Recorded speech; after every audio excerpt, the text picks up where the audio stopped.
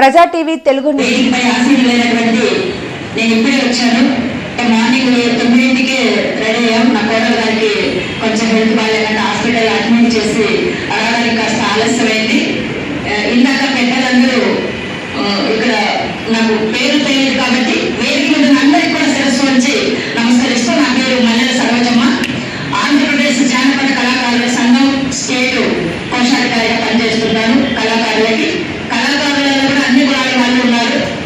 ఇక్కడ SC, ST, BC మైనార్టీల కోసం ఒక ట్రైన్కి ఇంజన్ ఎంత ముఖ్యమో, ఇంజన్ లాగా మన ప్రాంతానికి వచ్చి గట్టి భరోసానిస్తున్నటువంటి సారికి వేదిక మీద ఉన్నటువంటి పెద్దలు మన పార్టీల గురించి, మన నాయకత్వ లక్షణాల గురించి, నాయకత్వ లక్షణాలు ఎలా ఉండాలి, పల్లెల్లో ఎవరో వచ్చి ఓట్లు అడుగుతుంటే మనం ఓట్లు వేసేస్తుంటాం. ఓటు కాదు ముఖ్యం, నీ వ్యక్తిత్వం, నీ మనసు బాగుండాలి. మీ గ్రామంలో మన కులస్తులు ఎవరైతే ఎస్సీ, ఎస్టీ, బీసీ వాళ్ళు ఉంటారో మనందరం కూడా ఏకమైతే మనం దేనైనా సాధించగలుగుతాం అనేటువంటిది క్లుప్తంగా నేను వచ్చిన తర్వాత సార్ మాట్లాడి ఆపంచగా నేను విన్నాను.